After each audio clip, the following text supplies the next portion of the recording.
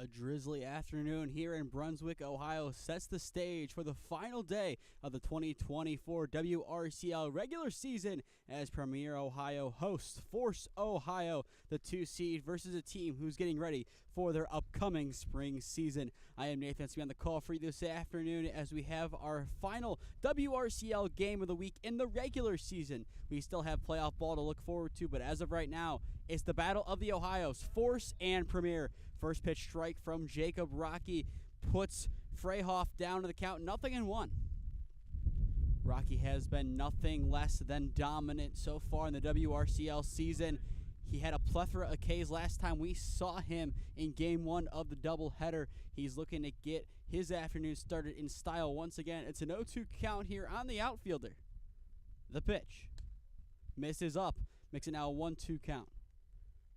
Rocky, the rising senior at Marietta, has aged well down south in Ohio. Each year has gotten his ERA just a little bit lower. The 1-2 fouled away into the netting.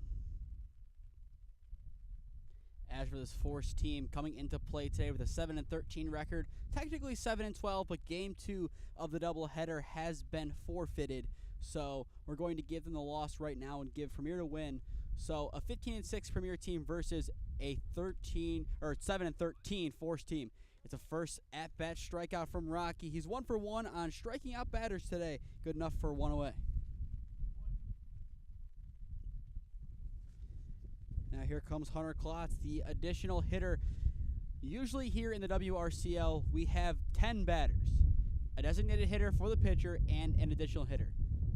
There is no designated hitter today for Force, and they have 2 additional hitters. They are batting 11. I confirm with their coach that is indeed the case. Premier will still bat 10, but the visitors batting 11. So we'll see how that plays out down the stretch of this game, and we'll see how much of this game we actually get in. Nice get right pitch there from Rocky on the bump against Klotz. And in the on-deck circle for Force is their star player, Sawyer Solitaria. We'll get to him when he is in the batter's box. That one fouled away to the netting. For Premier's defense on the mound, Rocky behind the dish. Bach.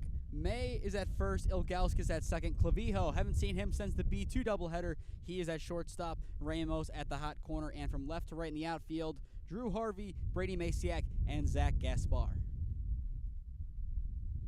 The pitch from Rocky. Breaking ball, dips into the zone. It's 2 up, 2 down. What a beautifully executed breaking ball from Jacob Rocky. It died at the perfect point. The batter, Klotz, had no opportunity to even get a swing away.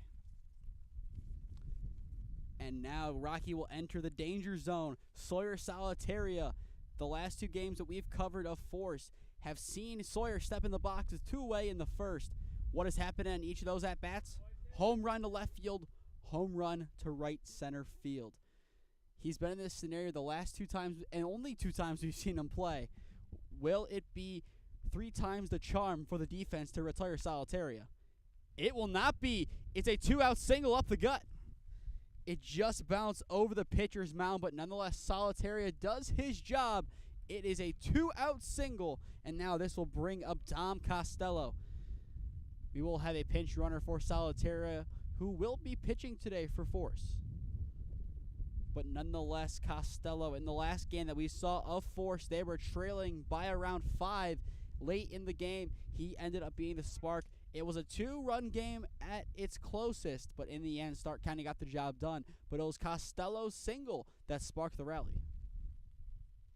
The pitch from Rocky. Breaking ball goes on in, but a little bit too high to 1-0 count. For Premier next inning, Clavijo, Amos, and Masiak will be due up to hit. Rocky deals to the lefty. There it is once again, finding the zone with perfection. Runner at first with 2 away in the top of the first. Rocky sets and delivers. Swing and a miss, a hefty cut there from Costello. In an ideal world for Force, they would be able to score Klotz from first base. Hefty cuts will get you somewhere, but not ridiculously far. You need contact. And there is some contact. So Costello down to his final strike, trying to get on with Carson Herman, the shortstop, awaiting in the on-deck circle. Rocky will come set, looking for his third K of the game. Doesn't get it, just a little bit too low. A good miss nonetheless. That will even it up now at 2-2. Costello looking to win the battle. Rocky sets and delivers, goes outside and just misses off the plate. So we'll have a full count, 3-2. Runner will move on the delivery. It's a big pitch upcoming for Rocky as he looks to get out of the inning with 3 Ks. The payoff pitch fouled away to the left side.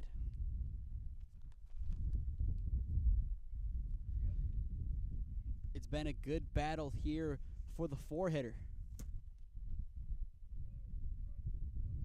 So we'll see the 3-2 once again here from Rocky as he tries to defeat the lefty. For the second time, the payoff pitch fouled away into the ankle. Definitely a painful swing, but nonetheless, it gives him a third payoff pitch to see. It's a quality at-bat, but if you're Costello, you're really wanting it to be a successful at-bat, especially given where that foul ball hit off of. The third time in a row, the payoff pitch. Swing and a miss. Rocky gets him finally. It's 3 Ks in the first for the Marietta man as we go into the home half of the first. Premier and Force knotted up at 0, but Premier will begin their day at the sticks when we return.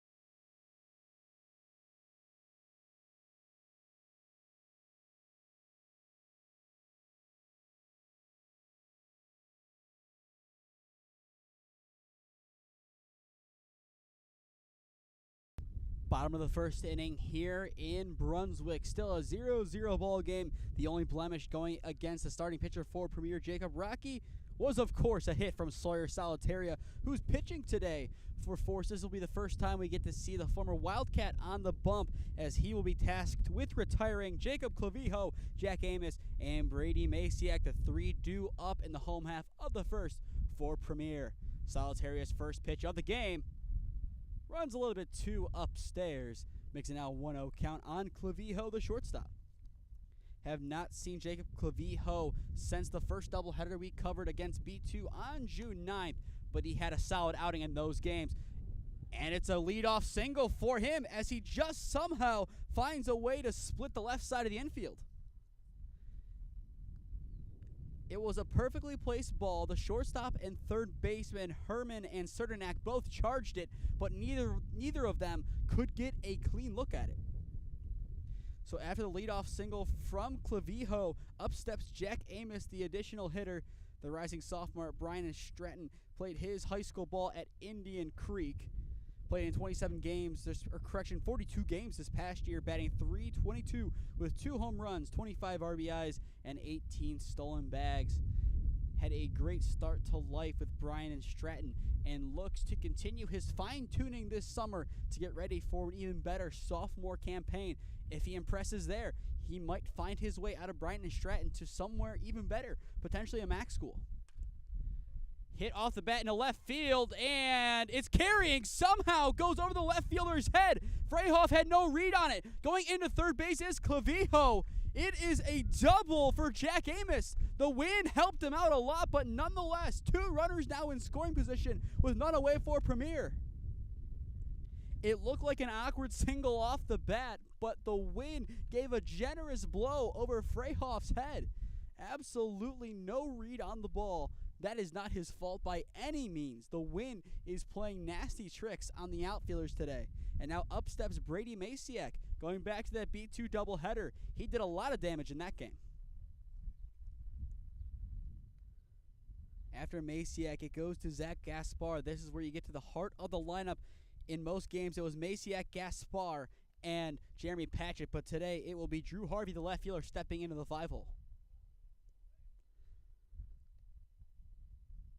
For Premier, we mentioned the B2 game a lot. There was a lot that went right for them as they won both games, but a lot that wasn't really where they wanted it to be.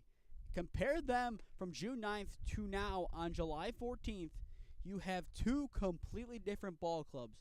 The ball club that you see on your screen right now has improved drastically since that outing, and they look like one of the best teams, not only in the league, but in the area surrounding. The pitch from Solitaria runs a little bit low. And as for Premier, a big reason why they are so successful is their pitching staff. Their top 3 options, Jacob Rocky, Joseph Valentine, and Michael Niro, all 3 had the capabilities to go the distance and strike out double-digit batters. This one carries into left center field. The wind does a nasty trick on Walker. He somehow gets to it, but it's a sacrifice fly for Brady Masiak to open the scoring and give Premier a 1-0 lead. But once again, the wind is absolutely messing with the outfielders. You got to give credit to where credit's due with Caleb Walker out in center field. It looked to be a straightaway shot, but he was taking a good 15-20 paces to his right to get to that ball. And now with a runner at third base, Zach Gaspar steps in. Homer the last time we saw Premier play here against Release last Sunday. Rope one over the right field fence in the 6th inning. And after that curveball from Solitaria, Gaspar finds himself down in the count, 0-1. Drew Harvey awaits in the on-deck circle for Premier. Hit to the right side, but on the ground this time, foul. Gaspar will be a senior this upcoming year at Shawnee State. Played on the other side of Boston Road for his high school ball, and this past year played in 46 games, batting .260 with 7 homers, 37 RBIs, and 7 stolen bags. Solitaria comes set. Now the pitch. Finds the corner perfectly, and that will freeze Gaspar for out number 2. It was a perfectly executed heater.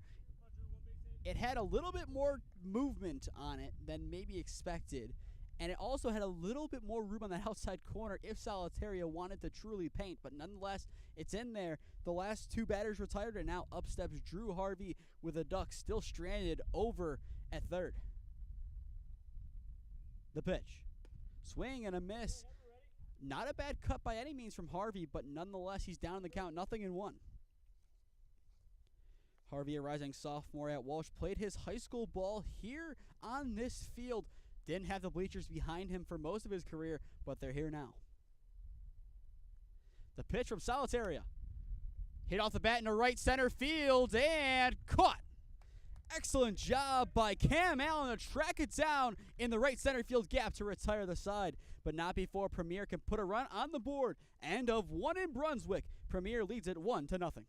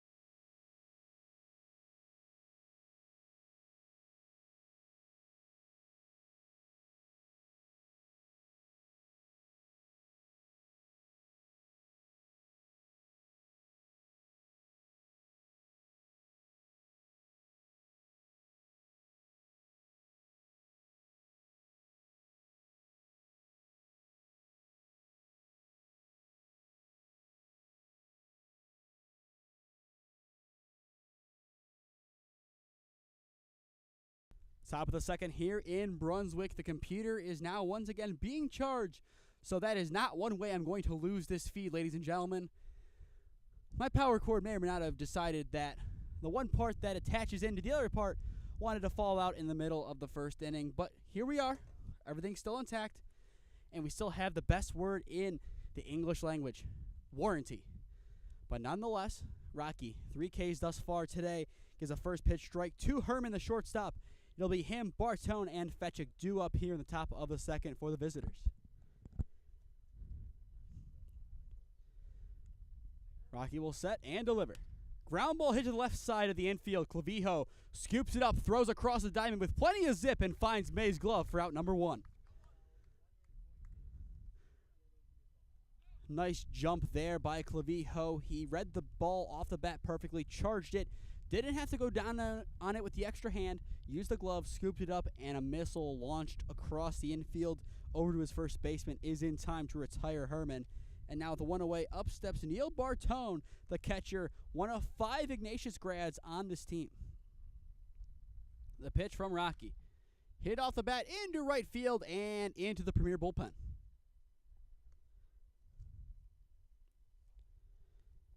But going back to Jacob Rocky's numbers so far in his college career, it's been nothing shy of impressive.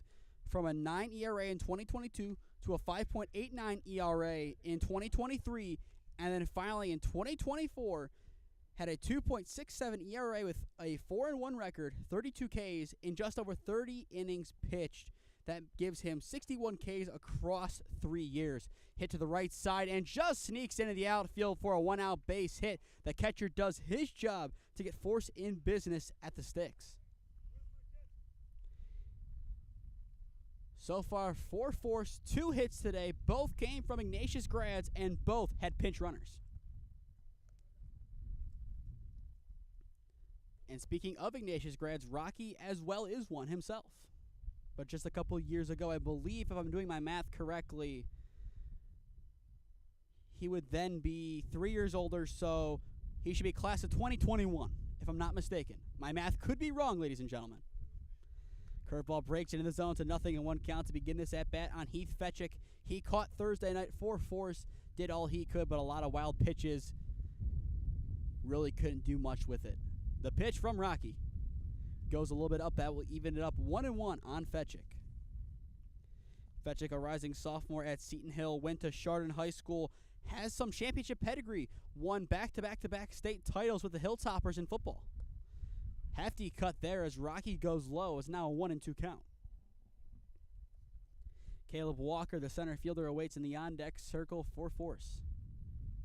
Still a runner on at first with 1 away. Rocky looking for his 4th K of the ball game. Gets it on a beautiful curveball that just dies in the zone. It couldn't have been more pinpoint for out number 2. Jacob Rocky's curveball is unhittable.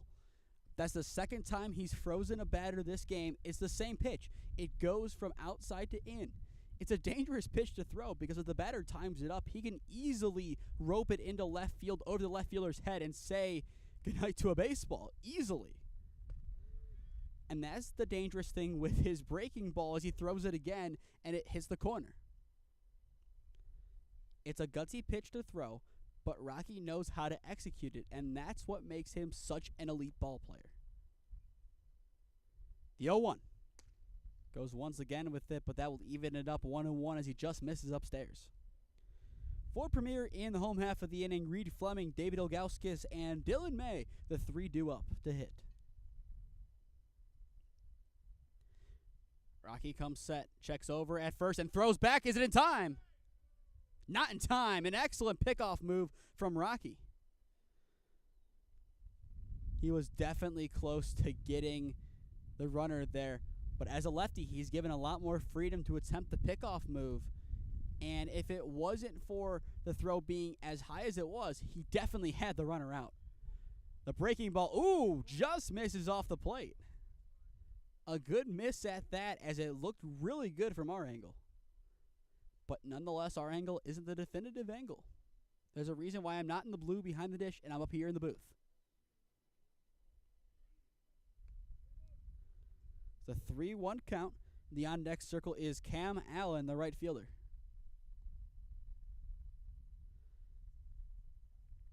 Rocky will come set and deliver. Hit off the catcher.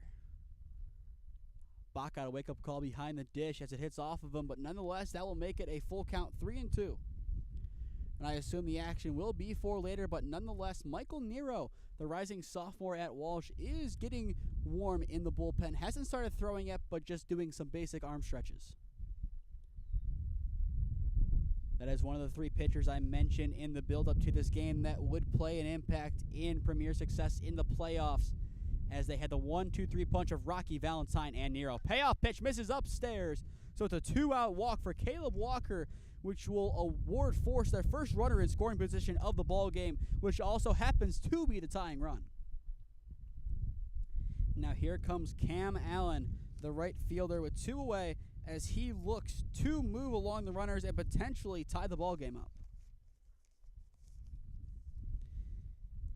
Cam Allen, a rising sophomore at Wright State, went to Akron Ellet High School, and this past year pitched in 25.1 innings or 16 appearances, held a 1-1 record, 14 earned runs, 11 walks, 29 Ks, and a 4.97 ERA.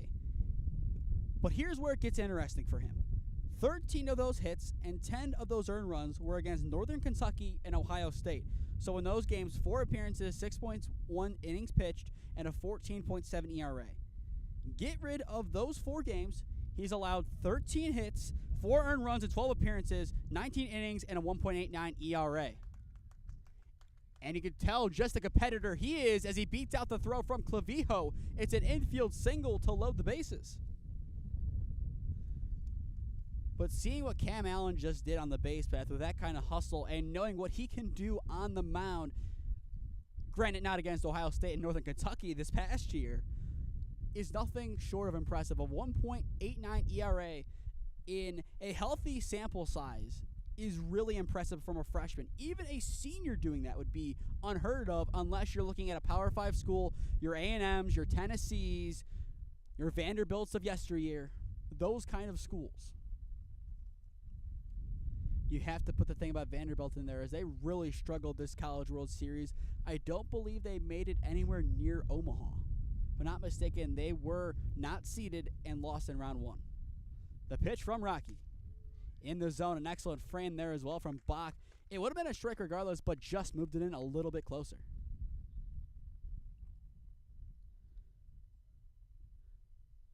Sardanak with a base hit could potentially give Force the lead. The pitch from Rocky. Swing and a miss. Gets out of the jam. That is now the 5th K of the afternoon from Rocky, and maybe his most important. Middle of 2 in Brunswick. Premier Ohio leads it 1-0.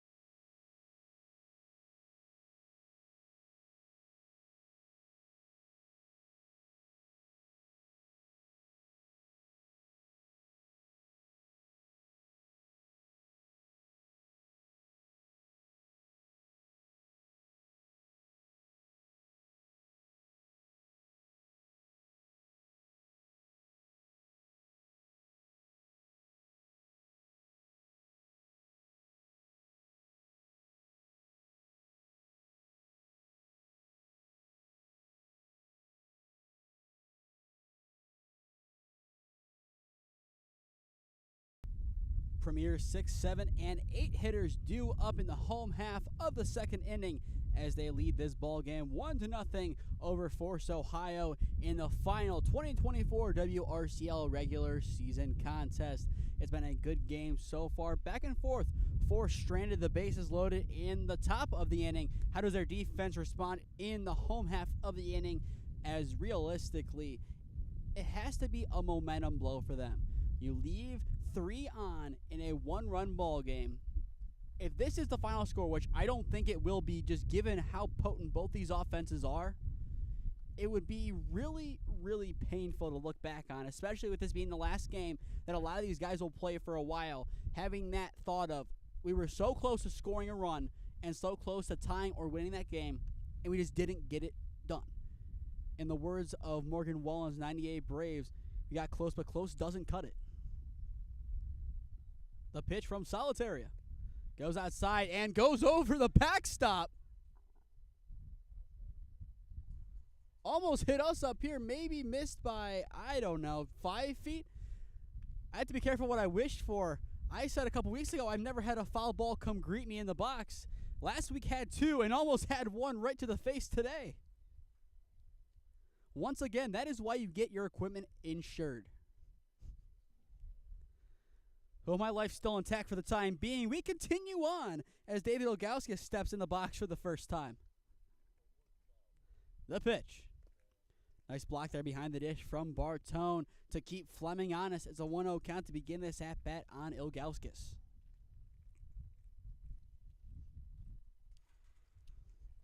To be a 1-0 count. Ilgauskas, last time we saw him, had a couple opportunities to blow the game open, but just wasn't able to connect.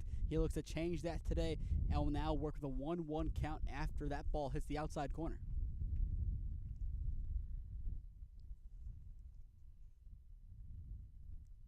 The pitch as the runner goes swing and a miss. Bartone can't get it cleanly, so it's a stolen bag for Fleming.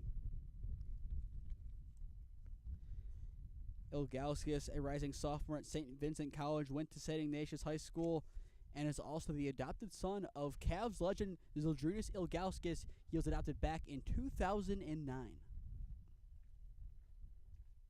It's been a couple of years since I played against Ilgauskas, but when I did, when he was playing fall ball with Cotton Candy Elite, his dad was in attendance for the game that we played against, at that time, the league leaders. In this at-bat, however, Ilgauskas is retired swinging for out number 1.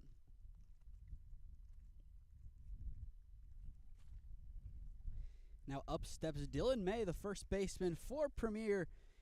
Had a hefty collision on Wednesday in the win over T3 with the rising sophomore Lake Erie College. Definitely a tough player to be back out here on the field today. Ground ball hit to the left side of the infield, scooped up by Hernan. The throw across is in time to retire May for out number 2.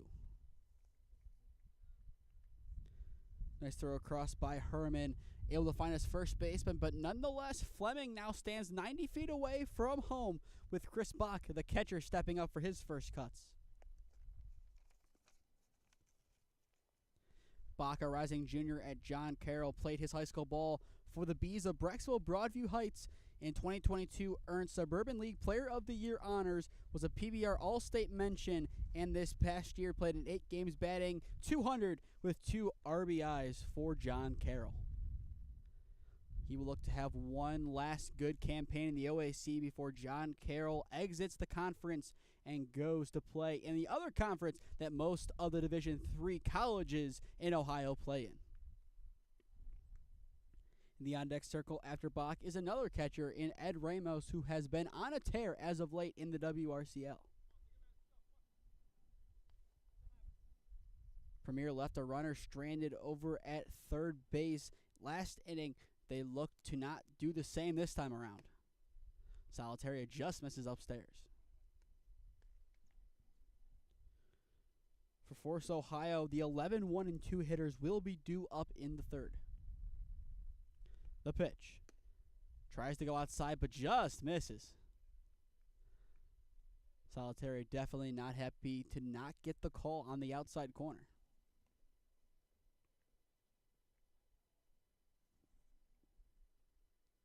But nonetheless, The Ignatius legend looking to get out of the inning unscathed.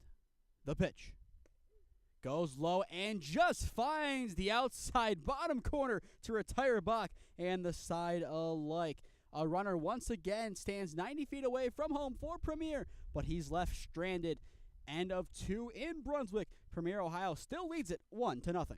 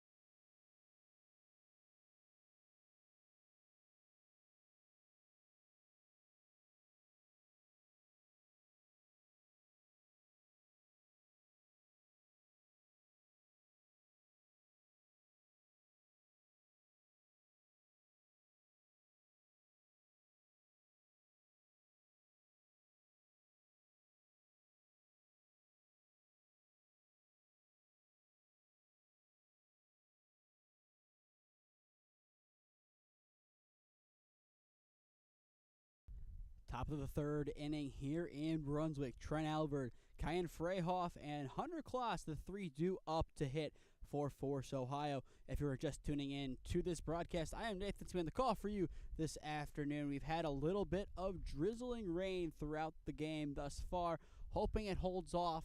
As of right now, it has, but it's Ohio, and Mother Nature doesn't like Ohio, so any second we could easily be in monsoon season, but hopefully it can wait until around 3:30 when all of us are out of here and on our way back home. The pitch from Rocky, hit into the backstop there by Alvord. Alvord will be a rising freshman at Mount Union this coming fall, so his move-in day is in around a month, as mine is in a similar time frame. The pitch.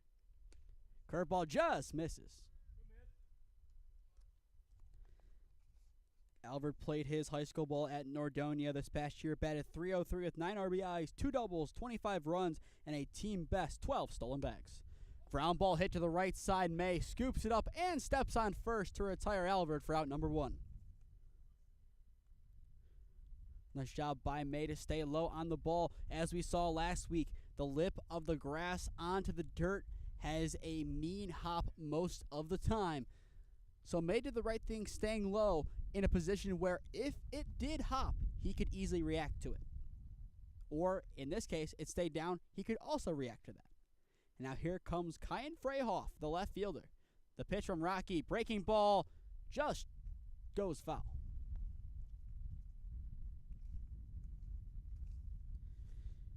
Freyhoff, a rising freshman at BW, also went to Nordonia this past year and was awarded a first-team All-Suburban League appearance while batting .385 with a .422 on-base percentage, a .474 slugging percentage, an .896 OPS with 16 RBIs, 7 doubles, 13 runs, and 4 stolen bags.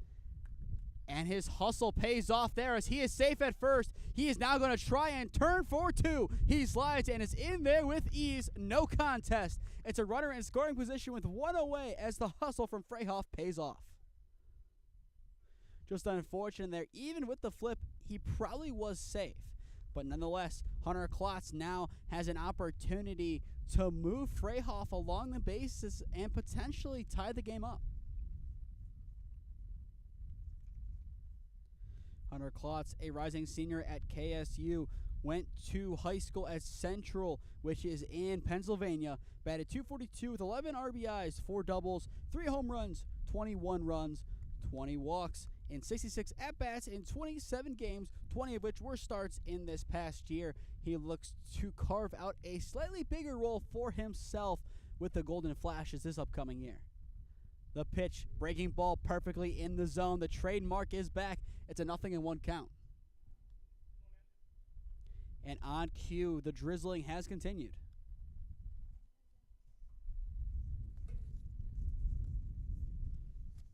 Rocky comes set, and now the pitch. Swing and a miss, a hearty cut there as Rocky goes low, getting his second strike of the at-bat. And the on-deck circle is Sawyer Solitaria. Getting out number 2 before facing Sawyer is most likely a must for Premier. The pitch. Breaking ball is hit into left field and drops in front of Harvey for a base hit. Turning to try and score is the runner. The play at the plate is not in time. The chuck to 2. Ilgauskas gets it. No tag there as Ilgauskas can't bring it down in time. It is an RBI double in the end for Hunter Klaas to tie the game up at 1. Axel and Hassel from Freyhoff as he cruised along the base path. I don't know if there was a third base coach. Most cases, there is a third base coach here. I don't know if he would have sent him if this wasn't the score and if the playoffs were on the line. But the gutsy call in the end paid off. And now a runner stands still in scoring position. The same scenario. But instead of Klotz, who did his job, it goes to the home run hitter Solitaria. Breaking ball just misses off the plate. It's a 1-0 count to begin the at-bat on the Ignatius Legend. So now how does Rocky respond to the slight adversity and the wind that is starting to pick up? The pitch. Once again misses on the breaking ball. Went a little bit too low this time, so the 2-0 count on Solitaria in the on-deck circle is Dom Costello.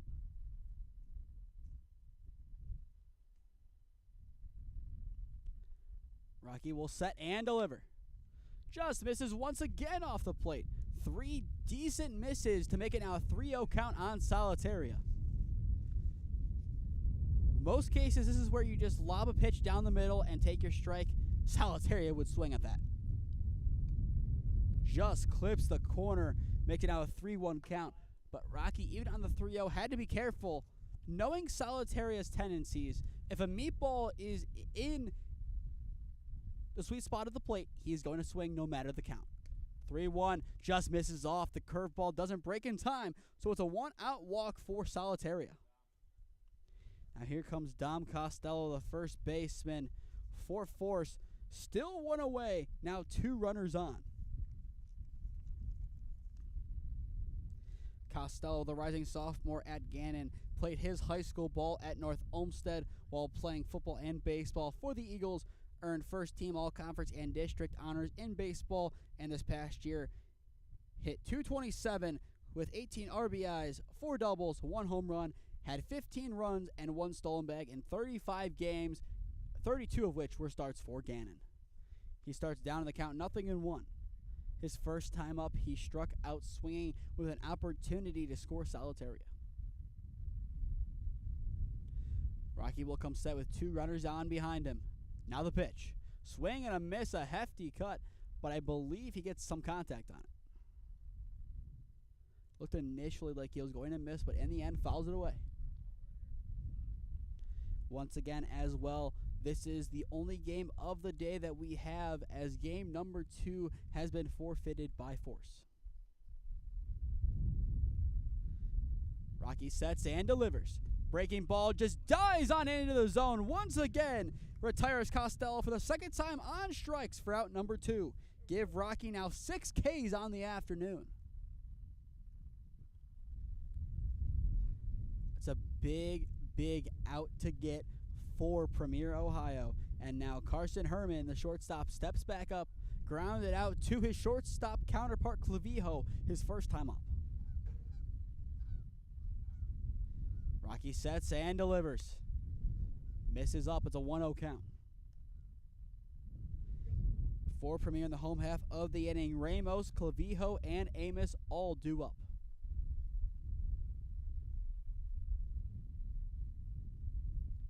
The pitch. Excellent curveball goes into the zone, right on cue from Rocky as he paints the inside corner. 2 runners on with 2 away in the top of the third. Tie ball game at 1.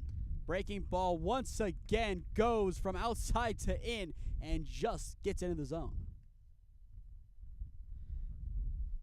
If I was a betting man, we're going to see an outside curveball curve on in and land right in the zone. Do we see it? The pitch. We do to an extent as it's fouled away. So Herman will see another pitch and try and regroup. A base hit might be enough to score the runner at second base. It just depends where he hits the ball to. The left center field gap would all but seal a forced lead. Rocky sets and delivers. Goes in, but a little bit too low. Not a bad idea. Tried getting him to not necessarily swing out of his shoes, but just kind of bunch up on the inside. But nonetheless, couldn't get him to chase. The job is not done. Rocky on 6 Ks still looks for his 7th. The pitch. Popped up into right field and will drop foul. An excellent at-bat here from Carson Herman. The shortstop has been fighting through every pitch. The rising sophomore at Denison also went to St. Ignatius High School this past year, batted .222 with 1 RBI, and recorded 11 putouts and 17 assists without recording a single error. Impressive numbers from him as a freshman. The pitch from Rocky. Breaking ball just misses up. Another good spot to hit.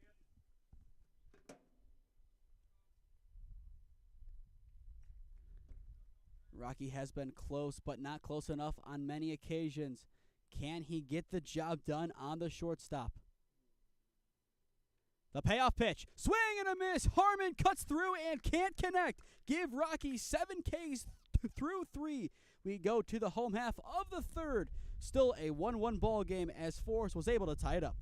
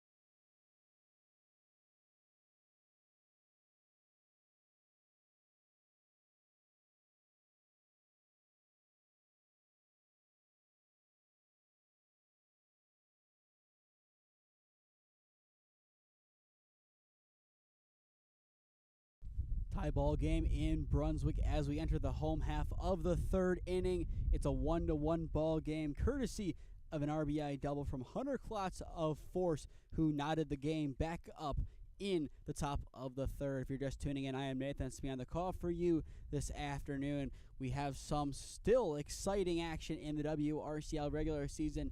Not much really at stake today, just for Force to end their summer on a high note, and for Premier to fine-tune things before going into the playoffs next week, where they'll take on the 3 seed, the B2 Bulls. They've already beaten twice at this field, but the game will not be here. So we'll see how they adapt to a different venue against a very, very tough team coached by Coach Garcia. Popped up to the right side, Costello gets underneath it and makes the umpire move for out number 1. The umpire almost blessed Ramos with a free bag. But nonetheless, we go back to the top of the lineup for Premier, and Jacob Clavijo, the shortstop, had a single his first time up that was able to just sneak past Cernak and Herman over at third and short, respectively. The pitch from Solitaria goes inside. It's a 0-1 count.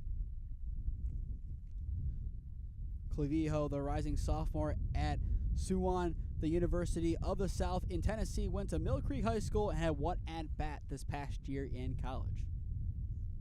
The pitch. Thought about it, but did not offer. Nonetheless, a strike. Now an 0-2 count. Contact becomes the name of the game. He's seen two pitches that he could have put a barrel on. Would not be surprised to see Solitaria throw him something competitive once again. But at the same time, wouldn't be surprised to see Solitaria change things up, potentially go low. Clavijo doesn't want the middle of the zone. If I'm guessing here, he's looking low. The 0-2 goes low and doesn't get him the chase. So maybe he's looking for something a little bit higher up or more in. He's looking where he has missed. If we're looking at the 9 box here, he didn't like the inside, which if you're looking at the 9 box would be in the middle row left, middle row right, and then now just a little bit below the bottom middle. The 1-2, ground ball hit to the left side and foul. So it looks like that middle low box is where he is looking for. In the on-deck circle is Jack Amos, one of the extra hitters for Premier, who had a double his first time up. Solitaria looking for his second straight out of the inning. Will deal. Ground ball hit to the same spot Clavijo did back in the first. This time Herman gets it, throws across the diamond, and the throw's in time to Costello for out number 2. This time around, Herman got the better of Clavijo in the battle of the shortstops. Just couldn't sneak it past. The hustle was there, but so was the stretch from Costello. And now up steps Jack Amos, the extra hitter. Amos already had a really, really impressive college season as a freshman with Bryan and Stratton. So the sophomore year becomes, what can I do to get an upgrade? Yes, he could stay with Bryan and Stratton, but if he puts up the same numbers in a slightly larger sample size, I would be surprised if not even a Division II school looked at him. It's popped up into the Bermuda Triangle, and is it caught? Yes, it is! An excellent dive in left field. I believe, did he catch it? It looked like originally. Are we calling him out? Yes, we are. There we go. Amos thought he was safe, but the catch was made nonetheless. That could be the momentum Force needs to carry into their next at-bats in the fourth with a 1-1 ball game on hand.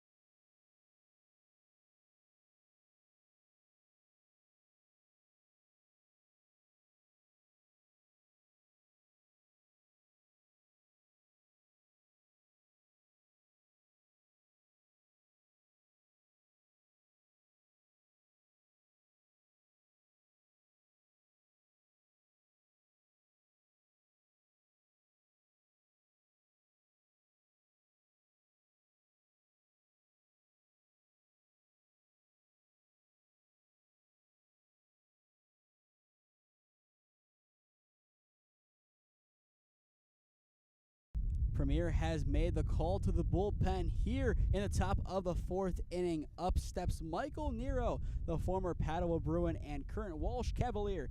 His first pitch of the game clips the corner. 0-1 count to begin this at-bat on Neil Bartone, the catcher. Niro started game 2 of our doubleheader last week against Release. Through 4 innings and I believe had 6 Ks in the win over Release. What ended up being a slugfest at the sticks. Ground ball hit to Clavijo. He charges. The throw across the diamond is in time. It's 1 up, 1 down for the Premier defense. The umpire over at first base took an extra second to seal the call, and I kind of see what he was looking at over there. What happened was the foot looked to be a little bit up, but eventually he brought it down before the runner came and was able to make the play. In the end, taking that extra second gave enough time for the ump to make the right call. It might be annoying for the time that it takes to make the call, but in the end, I'd rather have him take an extra second than get the call wrong. Now up steps Heath Fetchick. But as for Niro, he's had a storied career thus far, especially in high school for Padua, where he was one of their best pitchers in 2023. This past year struggled a little bit for Walsh, but earned second-team crown in 2023 for Padua. And Padua this past year as well had an excellent season, making it all the way to the Final Four, where their season ended at the hands of Hamilton Baden, 5-0. We'll actually see the catcher from that game, Yuri Belina, on Tuesday in the Diamond League Championship game as his NMC squad takes on the Ohio Pitbulls. That'll be an 8:30 first pitch from Lakewood High School. The pitch from Niro goes just a little bit low. A good miss at that.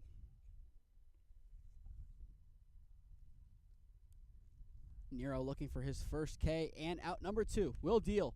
Pops up to the right side and well out of play. Decent amount of foul contact today, but otherwise, this has been a very good back-and-forth game. A low-scoring game, but still, it's been highly, highly contested and competitive. The 2-2. Breaking ball just misses upstairs on the 3-2 there, so it's a 1-out walk for Fetchick. And now up steps Caleb Walker, walked his first time up.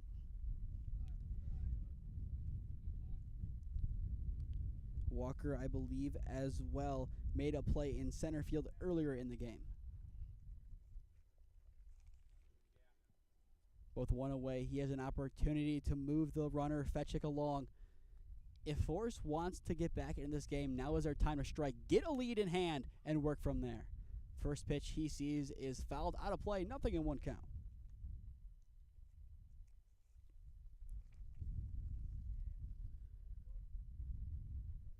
Walker went to Solon High School, was a 4-year starter plus Leonard winner, and in 2023 batted .345 with 29 stolen bags for the Comets.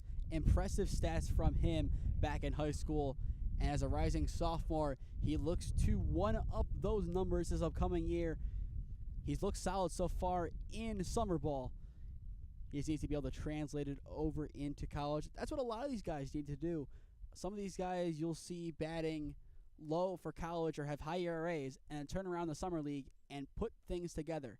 And that will really pay dividends for them come the spring when they can make an impact and potentially, if they want to move up the ladder, if they're a JUCO, an NAIA, whatever it may be, if they want to move up the ladder, a couple good games could really help them. Shot to the left side, Ramos scoops. The throw across the diamond is in time. So the steal attempt from Fetchick prevents the double play, but Walker nonetheless is retired for out number 2.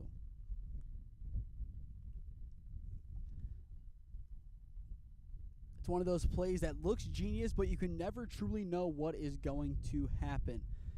When a runner steals like that and it ends up preventing a double play, it looks genius. But there's no way that the runner knew where the ball was going to be put. But nonetheless, Walker does his job, puts a runner in scoring position for Cam. Repeats his efforts from his first at-bat. Force might be able to score, just depends on the speed of Fetchick. Niro will deal. Gave Fetchick a slight heart attack over at second base the way he turned around with his delivery.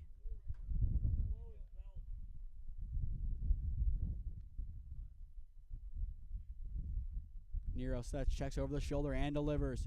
Fouled away in to the space between the diamond that's just off to our right and the softball field. This complex over the last couple of years at Brunswick has looked a lot better. They added bleachers to the softball and baseball fields. Just slight improvements that have made the experience here at Brunswick High School a lot better for fans. Swing and a miss, a hefty cut. If you ask the Premier fans, they feel like they should be out of the inning. But nonetheless, they still have one more strike to get. It's a 1-2 count here on Allen. Matt Serdenak, the third baseman, awaits in the on-deck circle. Niro, as well, is still in search of his first K of the afternoon. The 1-2 hits off a block. It's fouled well out of play, but I believe it skimmed the catcher first. He'll take a second to regather himself. Once again, the WRCL playoffs kick off on July 20th as we have the 5 versus 4 game and the 2 versus 3. It's going to be exciting to see how this playoff pans out. It's really anyone's game. I feel like Stark and Premier, yes, those are your 1 and 2 teams. I feel like another team could easily make some noise. It just really depends what we see next weekend and how those teams perform. It's into the bullpen and caught by the bullpen catcher, I believe. I don't believe that's the guy warming up. That is the guy who was warming up the pitcher. I'm trying to get a number read on that one. It appears it was caught by Matthew Bacher, so it could be a pitcher. But nonetheless, he makes a play while warming up. The pitch. Just misses low again. The Premier fans are not very happy as they feel like that is now strike 4. The catcher box has it missed a little bit low. From our angle, it looked good, but the catcher has the best angle than the ump. You have to trust the process with it. The 2-2 goes inside, breaks. And correction, 3-2, and that will be another walk this inning. Premier almost out of the inning, but now 2 runners on via walks with 2 away, and now up steps Matt Serdenak. Struck out swinging his first time up, but one swing of the bat can really change the trajectory of this ballgame. The pitch from Niro. Left field on a line. Foul. It had plenty of carry. The Force fans thought potentially the skies were about to open up, and not with rain. Ball had plenty of zip to it off the bat from Serdenak, the rising sophomore at ONU. If he could just straighten that ball out a little bit, that would have been a 3-yard shot, 3-run shot. And now he's down the count, 0-2. For Premier in the home half of the inning, Maciak, Gaspar, and Harvey due up.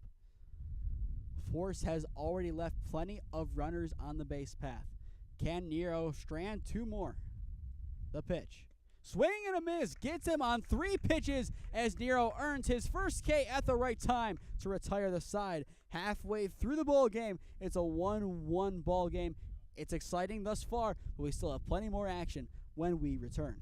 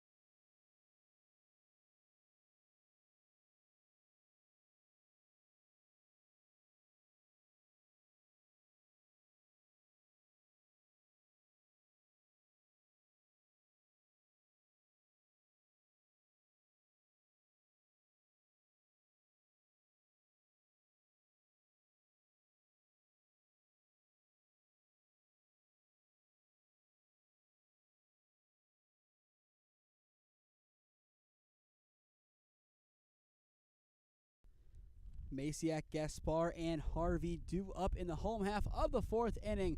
For Premier, still a 1-1 ball game. The only damage done thus far for Premier was courtesy of a sacrifice fly from the man in the box, Brady Masiak. If you're just tuning in, I am Nathan Smee on the call for you this afternoon. First pitch of the inning, just in the zone, 0-1 count to begin this at-bat on the Cavalier. Masiak played in 50 games this past year, batting .318 with 27 RBIs and 4 stolen bags. He still has some work to do against Solitaria, who has been left in the game thus far for Force. There's a chance they let him finish the whole game. Premier rotating arms, just trying to see who they have for the playoffs, while Force trying to play spoiler one final time against the number 2 seed. And as well for Force, a little thin on numbers today, only 11. They don't have a lot of their other pitching options that they could potentially use on the mound. So they're going to run with whoever they have in the lineup today. Masiak cuts inside, doesn't get contact. It's going to take a throw out, and the throw out doesn't come. Bartone can't get a clean read on the drop third strike. So Masiak is aboard with a leadoff drop third strike. It's very rare you see a drop third strike result in a runner reaching first base at the college level, but nonetheless, it happened. Bartone did what he could, but sometimes when the grip isn't there on the baseball, there's nothing you can really do other than attempt to pick it up. And now Zach Gaspar, the right fielder, steps in, has plenty of power to his swing, had a home run in the 6th inning against Release in game number 1 last Sunday. After Gaspar, Drew Harvey will be due up next.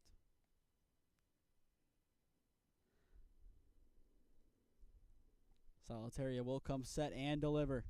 Gaspar thought about it, just goes a little bit to the right of Bartone, but not enough for Masiak to take off. Overall in the game, only 2 hits allowed by Solitaria, both of them coming in the first inning, and both of them coming in the first 2 hitters. Ground ball hit to Alvord. The throw to 2 is in time. The throw to 1 is in time as well. A double play turn by the right side of the infield for Force turns it from 0 away to 2 away. Excellent composure shown by Trent Alvord over at second base. I mentioned it many times. The lip between the grass and the dirt can cause crazy hops that messes with fielders. Alvord did the exact same thing that May did on his putout at first base. Stayed low on the ball and anticipated movement. And now we have one skied in a no man's land and caught by the right fielder Allen, calling off Walker and Alvord to retire the side. The leadoff man reached via a drop third strike, but a double play and a fly out later. We go into the 5th with a tie ball game on hand.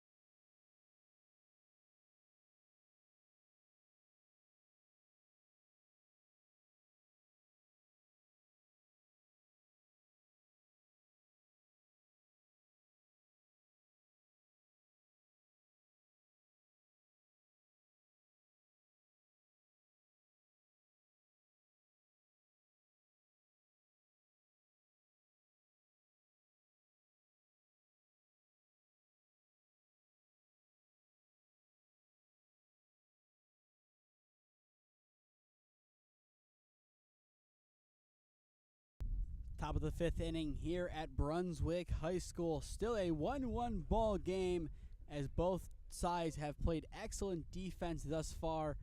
Brady Masiak's sacrifice fly and Hunter Klotz's RBI double the difference in this game. Alvord begins the inning with the ball lined into left field, just skipping off the dirt once for a leadoff single. Alvord now 1 for 2 on the day. Will turn things over to the top of his lineup, starting with Kyan Freyhoff, his fellow former Knight of Nordonia High School, who is 1 for 2 on the day thus far with a strikeout and a base hit to his name. But an excellent hit there from Alvord, and almost a hit by pitch, but the curveball just moved in at the last moment. Still a ball to 1-0 count on Freyhoff. Freyhoff, the only runner to score for Force thus far today, as his hustle was enough to score from second on the single or double as I scored it from Klotz. Niro will come set and nod. The delivery skips into the dirt. And another factor in this game has been the wind. It has picked up, it has gone away, it has drizzled. The elements have been in full force today, no pun intended with Force Ohio. But nonetheless, it's been a tough day for baseball. With the wind whipping, it played tricks on the outfielders of Force. That is basically why they gave up the run they did. As for Force, they scored their run because of hustle. So we could potentially say right now, it's advantage Force. But at the same time, Premier's stifling pitching staff, you could say it's advantage Premier. I just want to see who will be up in the 7th inning. That will determine who wins the game, in my opinion. Ground ball hit weakly off the bat to the right side. Ilgauskas will charge. It's going to be a tough play. And a tough play is made by Ilgauskas. They don't get the lead runner, but nonetheless, they retire Freyhoff at first for out number 1. It was a tough read for Ilgauskas, who had to read it after Alvord ran by, who also then had to charge it and make a quick play. But Ilgauskas did a nice job to show some composure, keep a steady line of view, and make the play. But nonetheless, Klotz in a very similar situation, just has Alvord opposed to Freyhoff at second base. Niro needs to be careful as to what he gives Klotz, as well with Solitaria in the on-deck circle. It's the heart of the lineup for Force. Botker was warming up, another Walsh Cavalier in the bullpen. Played his high school ball here. It remains to be seen if we see him. It will not be to face Solitaria, I'll tell you that. The reason why he will not face Solitaria, the last time that Solitaria was in the box against Botker, he went yard. I would not be surprised if, even if this is a run, Solitaria is faced by Niro. And Solitaria's job will be a little bit more difficult as Niro earns his second K of the ball game and records out number 2. Using the term now or never for a team is something that is very rare. However, given the game script and given just the ability of Sawyer Solitaria, it might be now or never for Force to start a rally. The pitch skips on in. Expect to see a lot of pitches outside. No gifts will be given to Solitaria. The league has caught on and just knows how powerful and how smart this young man is in the batter's box. He had a hefty cut, but chops it away to the left side.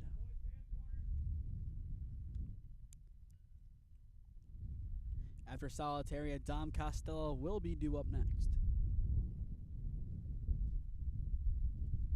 Niro will set, checks over the shoulder, and delivers. Curveball goes in. It's hit off the bat into right field. It has plenty of carry.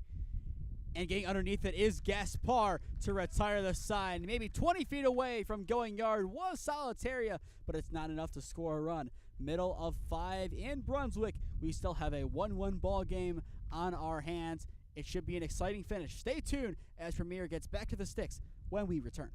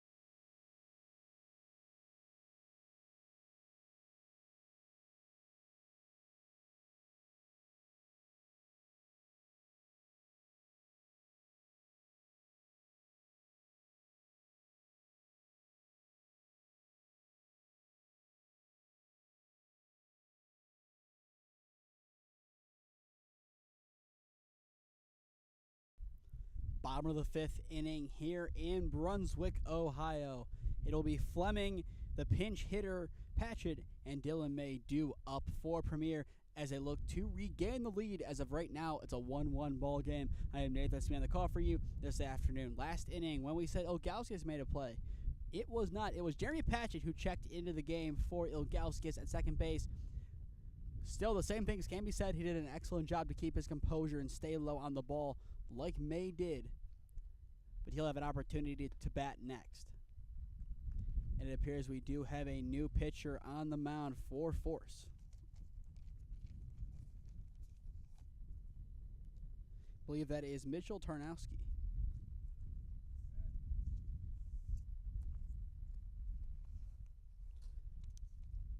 Just going to try and double check to make sure. It should be Tarnowski. Last time I wore a different jersey, but he is back on the mound as he was on Thursday as he looks to hold down the fort for the time being. Hit off the bat by Fleming and almost a web gem from Albert. It just gets out of his reach as Fleming is awarded a leadoff single. Albert was so close to potentially swinging momentum back in favor of Force, a couple inches away from snagging it, but nonetheless, Fleming is aboard, and now up steps Jeremy Patchett. You could potentially say he has the heftiest swing in the league, and there it is on display. It has plenty of carry into left center field, and it is gone! That is the heftiest swing in the WRCL, and it gives Premier now a 3-1 lead. His parents are in town from Maryland, and Jeremy did not disappoint him.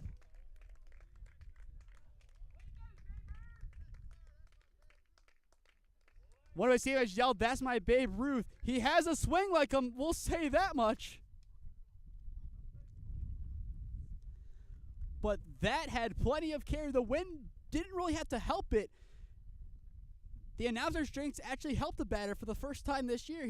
I said he has a hefty swing. Had plenty of carry to it. There's our home run, and that breaks the deadlock for now. Tarnowski deals ground ball hit to the left side. A heavy bounce. Hansey will be awarded first base.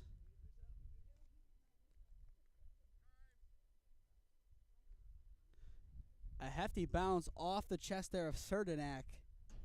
But nonetheless, Force, they need to take a deep breath here and regroup.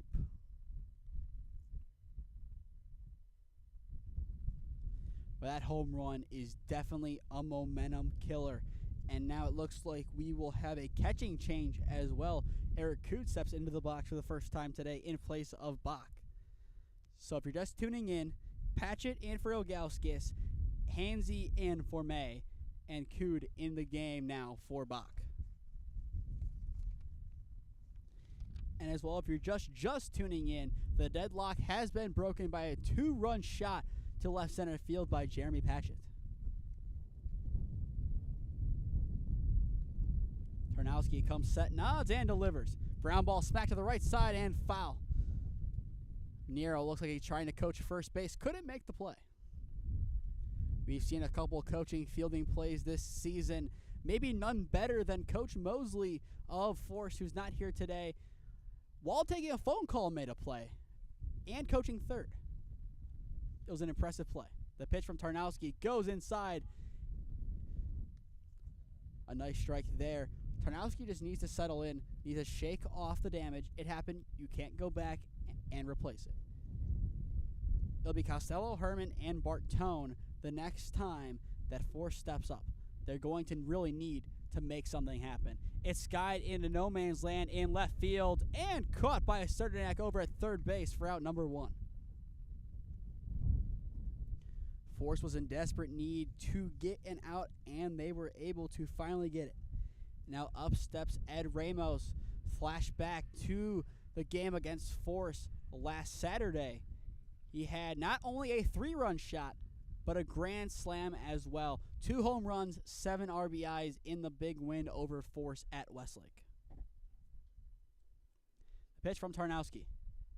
Runs a little bit low. It's a 1-0 count to begin this at bat on Ramos. And Ramos, another batter you can't miss, goes up to bat with the pink bat. But nonetheless, it gives him all the power he needs. And as well, this being a wooden bat league, really couldn't hear it as much given that I have the headset now, but I could still hear the beautiful crack of the wood bat on the swing from Patchett, and as well a lot of these swings. This one gets past Bartone. Hansy cruises on into second base, so he is now in scoring position for Ramos to work with. This is the way of Premier Ohio baseball. If things are close down the stretch, they find a way to close the door quickly. We saw it against Forest last week. It wasn't quickly in the sense of late in the game. It was quickly in the sense of the first inning, and Ramos lined it into left field. The second home run of the inning. A 2-run shot over the left field wall now gives Premier Ohio the 5-1 lead. Patchett and Ramos combined for 4 runs. What a cut there from Ramos. His 3rd home run in 2 games against Force Ohio.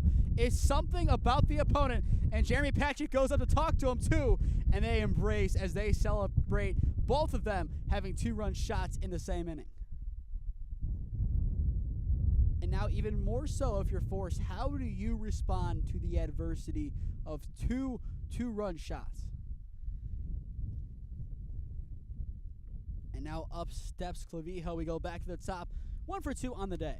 Both balls hit on the ground to the left side the first time. He snuck it past Herman and Serdenak the last time around. However, Herman got the better of him and threw him out at first base. The pitch from Tarnowski. Swing and a miss. Changes things up, and Clavijo doesn't time it up. If you're just tuning in, Premier up 5-1. A 2-run shot from Jeremy Patchett and a 2-run shot from Ed Ramos. The difference in this game. The pitch from Tarnowski. Fouled away to the backstop. Jack Amos on deck and Brady Masiak in the hole for the home team. And as well, one more time we'll mention it. Only one game today as Game 2 has been canceled. That is probably why we've seen the number of changes we have on Premier's end. But nonetheless, this is the fine-tuning that Premier needs going into the playoffs. They have beat 2 in round 1. It's going to be a tough game to beat them once again, as anytime that B2 steps on the diamond, they can compete, especially as of late, as they have turned things around. They look to be out of the race for the playoffs, but in the end, they not only turned things around, but they became the 2 seed in their conference and made their record above 500 after being many, many games below it. I believe at their best, they had a 5-game winning streak put together. The B2 Bulls have been arguably the hottest team in the WRCL in the last couple of weeks. Obviously, with Stark County being the top dog, you don't want to say the hottest team is B2 given the records, but they have really impressed. This time, Clavijo chops it to the right side. Alvord makes the simple play at 1 for out number 2. So now with 2 away, up steps Jack Amos as he looks to do a little bit more damage with potentially the game already sealed, but Force will look to respond next inning with Dom Costello, Carson Herman, and Neil Bartone due up to hit. And as well, the difference in this game, the depth of Premier's bench. From top to bottom, Premier's roster is either the best or the second best in the league. It just depends where you put them against Stark County. It's really a preference thing between those two teams. They both do things well. Stark County arguably a better hitting team than Premier, while Premier is a better pitching team. But nonetheless, you can even say they're 1A, 1B. But still, if you're a neutral watching the WRCL next week, here is my advice for you. Do not count any team out and ignore the seeds. The seeds will be on your screen. I will have them next to the team. As you can see, Premier Ohio in the white text, that will have a parentheses 2 next to it next week. Ignore the seeds. Any team can win a game at any given time. The sport of baseball allows for so much parity. It is just a beautiful sport to see unfold. I'll talk from experience after this ground ball, hit foul. The league I play in, the OPL, you had the Brunswick Blue Sox, who ended the regular season with an 0-9 record. You then go to the OPL tournament. They ended 2-1. If my team, the Stingrays, didn't get a win on the Sunday, they would have been in the Final Four in the OPL tournament. But in the regular season, just didn't put things together. On any given day, any team can win a game. And that's the beautiful thing of baseball. And speaking of the OPL, we will have the OPL Championships live streamed here on the Smee Sports YouTube channel. One guaranteed with commentary, one not quite yet guaranteed. We'll get to that during the break. The pitch from Tarnowski. Swing and a miss. Amos chases upstairs as the relief pitcher retires the side, but not before 4 runs cross.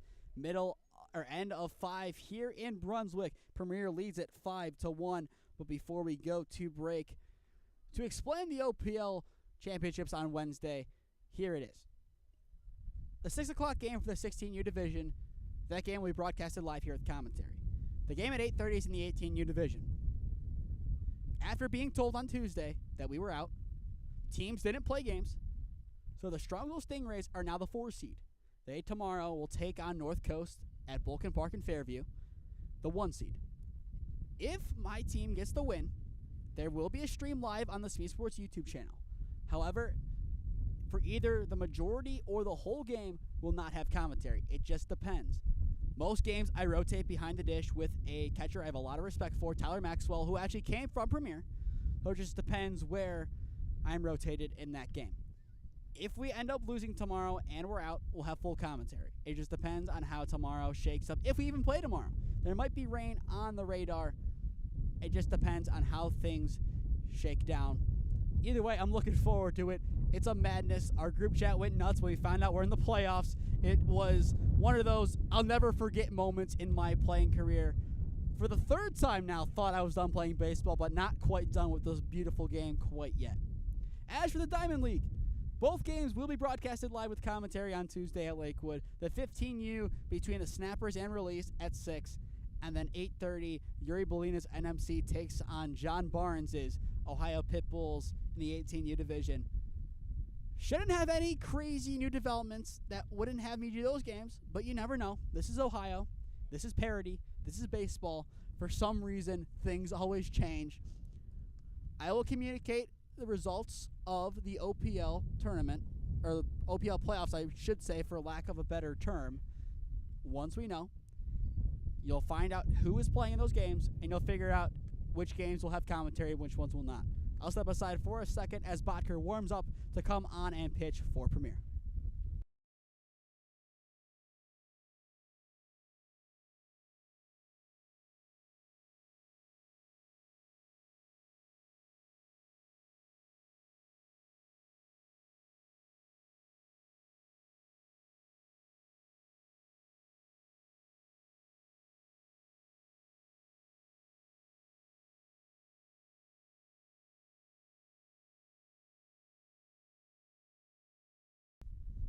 Costello, Herman, and Bartone due up in the top of the 6th for Force. They have some work to do. Down 5-1 to Premier. If you're just tuning in, I am Nathan Smee on the call for you this afternoon. The first pitch thrown of the inning from Botker is fouled away by Costello. Nothing in 1 count to begin this at-bat.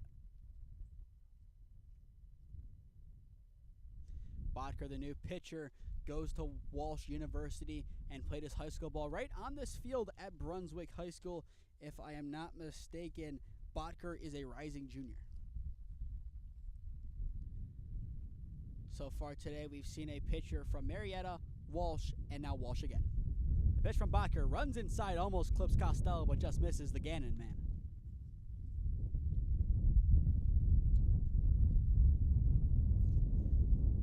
But for Premier, the job isn't quite done yet. On offense, a lot has gone right, but defensively, they need to hold on the fort. A lot has gone right, yes, but we've seen late in games Premier just allow a bunch of runs. They need to avoid that today. They have the pieces in place. They have another player warming up the bullpen if they need to. I feel like if either of these teams was to benefit from only playing in 1 game today, it is Premier. Nice job by Gaspar chasing in the ball, hit by Costello to right center field to retire the Gannon man for out number 1. It looked like for a brief moment that ball was going to carry a little bit further, but in the end, the win In this case, it looked like killed it. Now up steps Carson Herman, the shortstop. So far today, 0 for 2 with a ground out and a strikeout to his name.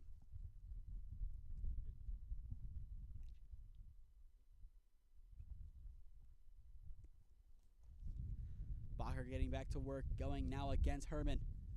The pitch. Misses low. It's a 1-0 count to begin this at bat. 5-1 score if you're just tuning in. 2 home runs in the bottom of the 5th from Jeremy Patchett and Ed Ramos, the difference. The pitch. Ground ball chopped to the left side. Ramos goes up, gets it. The throw to complete the great play is in time. What a job at third base by Ed Ramos to get some hops there and retire the batter Herman for out number 2. He definitely had to get plenty of air to have a chance at that baseball, but Ramos's hustle continues. He has been on a tear for the last 2 half innings. The first one at the sticks, and now this one on defense. Now up steps Neil Bartone, the catcher. Had a single his first time up, but last time up grounded out to Clavijo at short. The pitch from Bacher. Misses just off the plate. It's a 1-0 count to begin this at-bat on the catcher Bartone. As for Premier, Brady Maciak, Zach Gaspar, and Drew Harvey, the outfield crew, due up to hit in the 6th. Here comes the pitch from Matt Bacher. Misses outside. A little bit more carry to it. Makes it now a 2-0 count.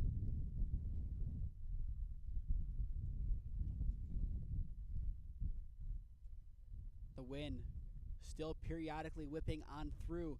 This is definitely one of the fields that the wind plays the most factor on in the WRCL.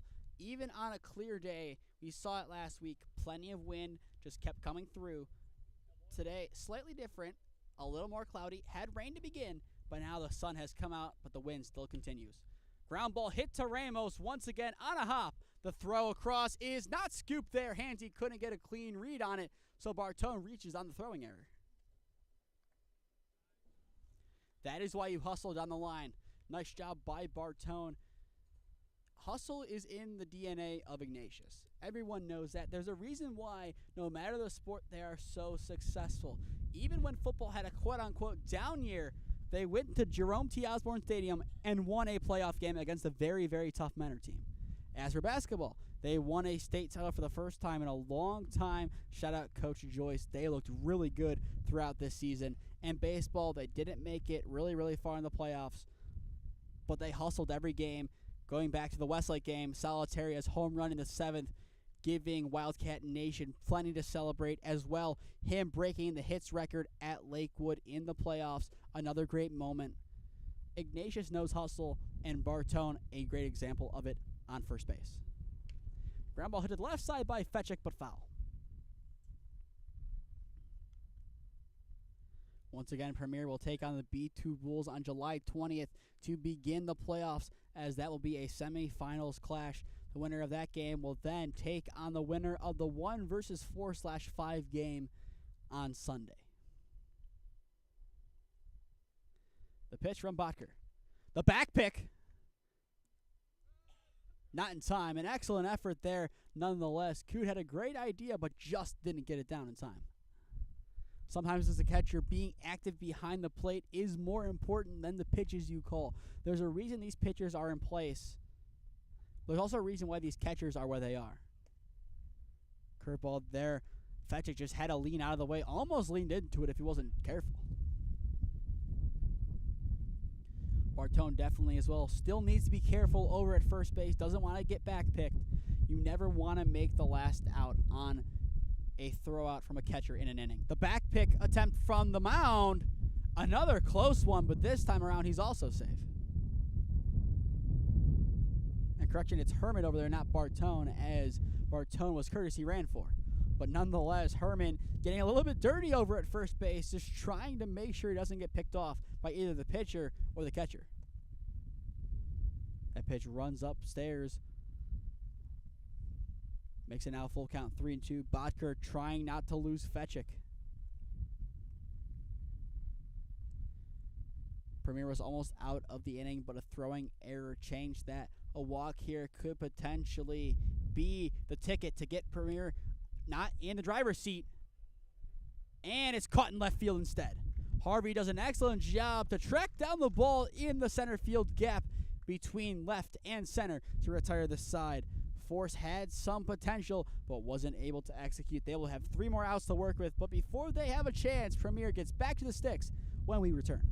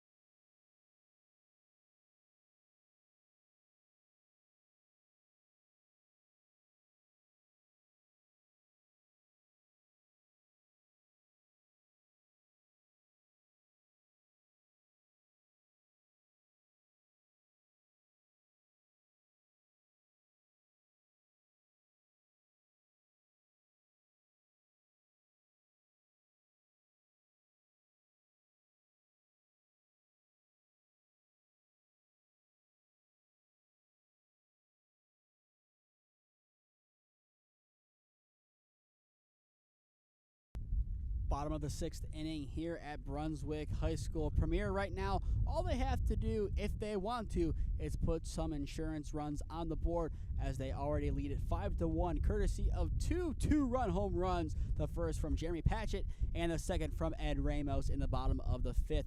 If you're just tuning in, I am Nathan Smee on the call for you this afternoon. It's the outfielders due up this inning for Premier as it's Masiak, Gaspar, and Harvey.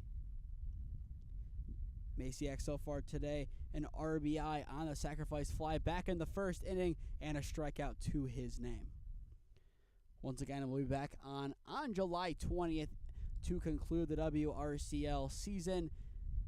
Semifinals on the 20th and the 21st will be the official championship game. It should be an exciting couple of days of baseball to close out what has been an exciting summer of collegiate baseball in Northeast Ohio. And speaking of closing out baseball seasons, the Diamond League will end their season on Tuesday at Lakewood High School, 6 and 8/31 pitches there. That game will be over on the Smee Sports YouTube channel. After that foul ball, Masiak down to his final strike. We also will have the OPL Championship game streamed on the Smee Sports YouTube channel. The 16U for sure with commentary, that first pitch being at 6 o'clock once again at Lakewood, and 8:30 for the 18U.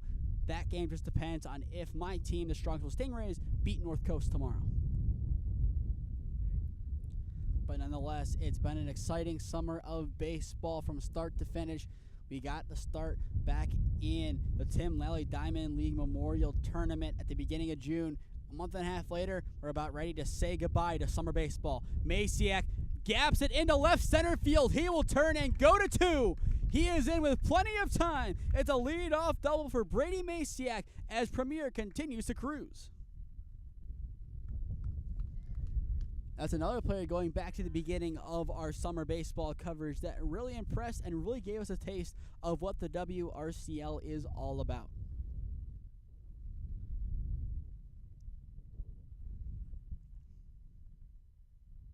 And now up steps Zach Gaspar. So far today, a strikeout looking and a ground out into a double play to his name. And we will have a pinch hitter in next for Drew Harvey as Jackson Powell, the senior at Mount Union, is in the on-deck circle.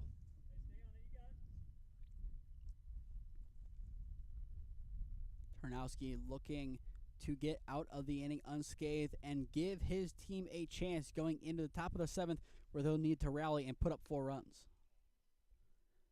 You got to give credit to Forso. They came in today shorthanded, and they made something happen. It was a close game through the first 4.5 complete innings, and then Premier just dominated the 5th inning. That one inning is going to be the difference, not only on the box score, but momentum-wise as well. It's hard to get that inning out of your head if you're forced, but you can still put a couple runs on the board, make it a little bit closer in the 7th, give us some excitement. They were able to do so in great fashion on Thursday night. They made it a 2-run game against Stark County and almost spoiled their celebration for Coach Turbovich. But in the end, Stark County won it by 5, but there was a brief moment where a lot of us thought Forest was about to make the comeback and win the game. If they can make some similar noise today, that would be a successful day for them. Smacked into center field. Walker goes back, can't get it. He jumps. It's still over his head. Masiak will cruise on home. It's an RBI double for Zach Gaspar to make it a 6-1 ball game. Masiak and Gaspar tag team the damage. It's just like it was on June 9th. Gaspar and Masiak, a 2-man wrecking machine. And now up steps the pinch hitter, Jackson Powell. Powell went to St. Ed's in this past year, struggled at the plate with Mount Union, batted below 100, had 1 hit all year. But his 1 hit was a home run. He is poised, along with the Purple Raiders, for a great 2025 campaign. A lot of talent coming in, especially looking on this field. You have Trent Alvord, who has looked really good today at second base. The pitch. Fouled off the bat of Powell. And as well, when looking at Mount Union talent, you have Nathan Grega, the catcher of the Stark County Terriers. We'll have a story about him next week. More of an off-the-field story, just showing the character he is. We'll give a little bit of a preview. That could be your hint. If you understand the word pun there, you understand the word pun, and will understand the story when I tell it on the broadcast on July 20th. And Powell, for the 3rd time in a row that we've seen premiere, gets hit. You can't make this up. Against B2 to end the doubleheader, had a hard 90. Against Force last week, had a hard 90. And once again, Jackson Powell is awarded first base. How? A hard 90. If I didn't know any better, Jackson Powell is just Brandon Geyer in disguise. And now a 2 on and none away. Up steps Reed Fleming. He sees a first pitch strike on the inside corner. Nothing in 1 count. Patchett awaits in the on-deck circle. He looks to have a repeat of his first at-bat of the game. The pitch from Tarnowski. Fleming thought about it, but in the end held up. It looked like a good pitch, but in the end it just went a little bit too far inside. That will even it up now at 1-1 on the Yellow Jacket. Speaking of teams poised to have a great 2025, BW, another team in there. Fleming smacks it into left field. Freyhoff gets underneath it and retires the rising junior at BW for out number 1.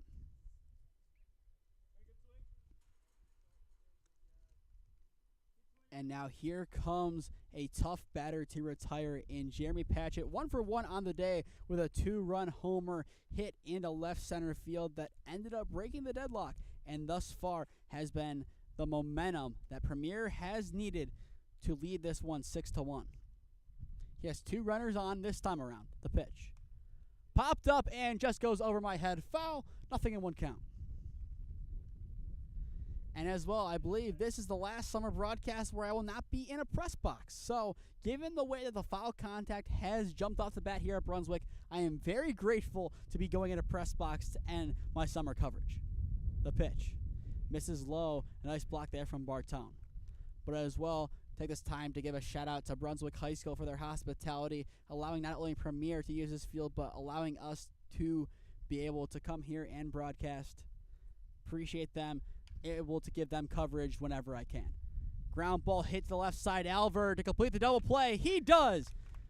It's a stereotypical 6-4-3 double play as Forest gets out of the inning, but not before they're able to surrender 1 run. Premier puts 1 more on the board. We go into the 7th. Premier up 6-1.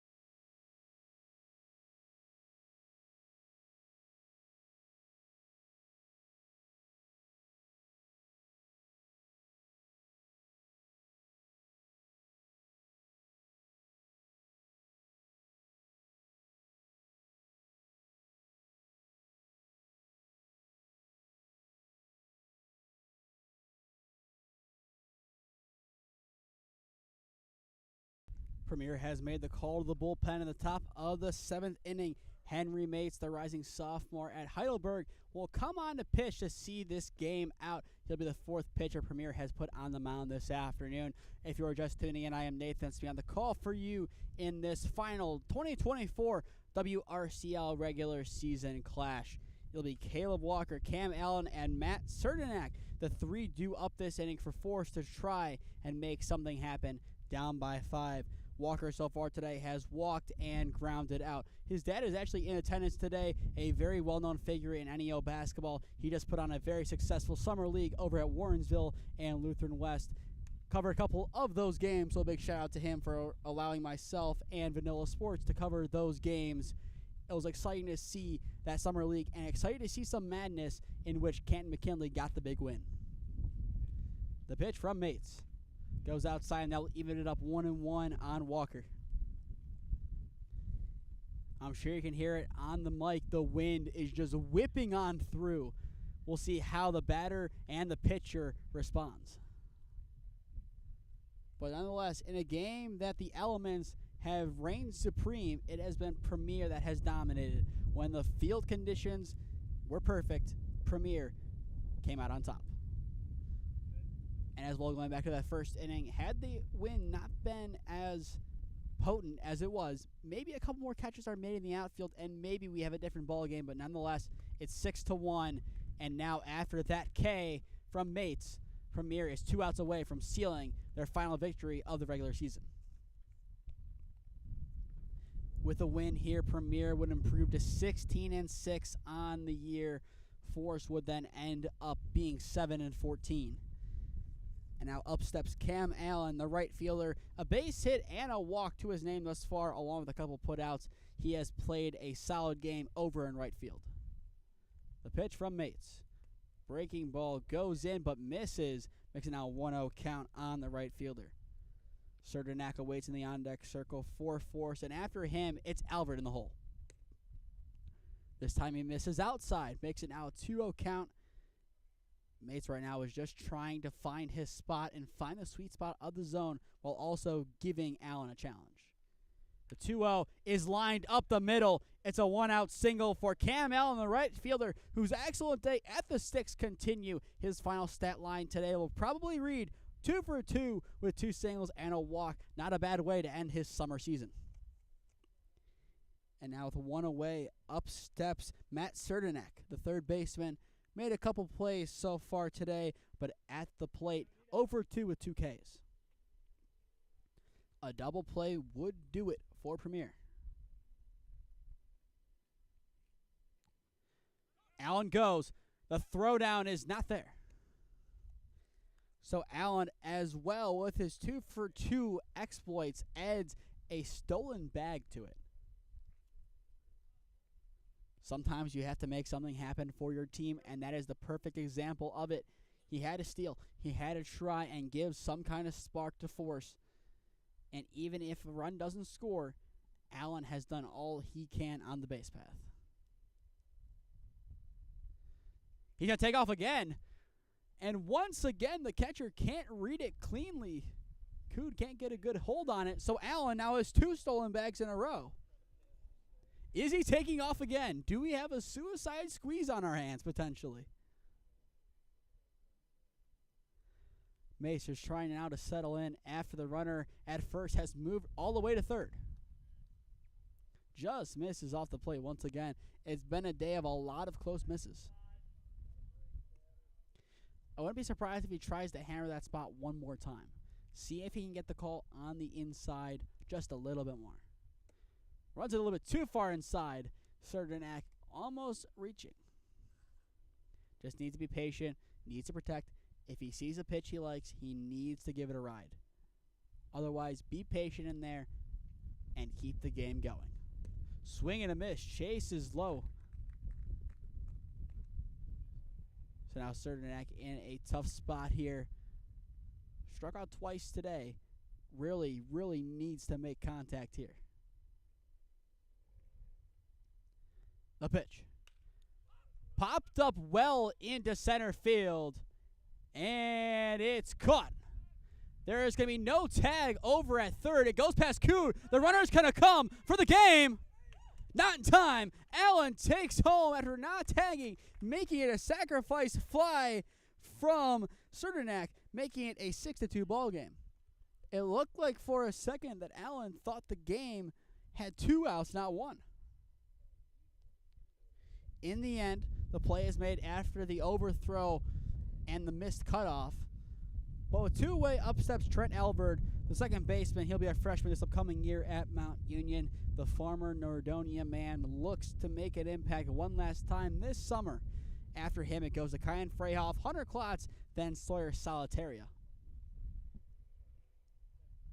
The pitch from Mates. Pops up into right field. This could do it. Masiak gets underneath it and ends the ball game. Premier will end their regular season with a 16-6 record as they take down Force Ohio 6-2.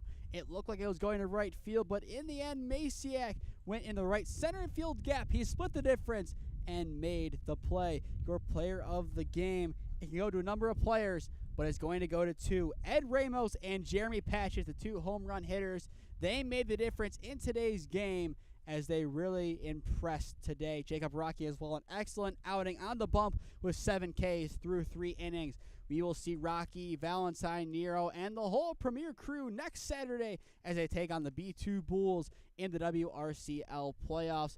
Stay tuned on social media to see the official brackets once they are released, along with the game times. To stay up to date on all the games that I'm covering, follow Smee Sports on Instagram and SmeeFest2024 on Twitter. To stay up to date on all the action in the WRCL, follow the WRCL on Twitter at WRCLBB, and as well stay tuned to updates on the website. And finally, subscribe here to the WRCL YouTube channel and enable push notifications to be notified when we go live. And as well, this upcoming week in other leagues around the area, we have the Diamond League Championships on Tuesday. 6 and 8:30 first pitches for the 15U and 18U divisions, respectively, at Lakewood. The Snappers take on Release in the first game, and in the second game, Yuri Belina and Keegan Cubson's NMC team takes on John Barnes' Ohio Pitbulls team. It's going to be an exciting day of baseball at Lakewood. Compounded then the next day as we have the OPL Championship game. The 16U guaranteed to be broadcasted live on the Smee Sports YouTube channel with commentary. The 18U will be up no matter what. If it has commentary, it has yet to be seen. Once again, my team, the Strongsville Stingrays, made our way into the playoffs as the 4 seed. If we lose tomorrow, it will have commentary. If we win tomorrow, maybe part of it will, maybe not. It just depends on how the cookie crumbles in that contest and how things are going the day of the game. But with that, thank you to Premier for being a great host all year at Brunswick. We look forward to seeing them next week and the rest of the gang in the WRCL as we close out what has been a great 2024 season with the most ever teams in league history. It's only up from here for the WRCL. I've been Nathan Smee. Thank you for spending your Sunday afternoon with me here at Brunswick. Have a good day, everyone.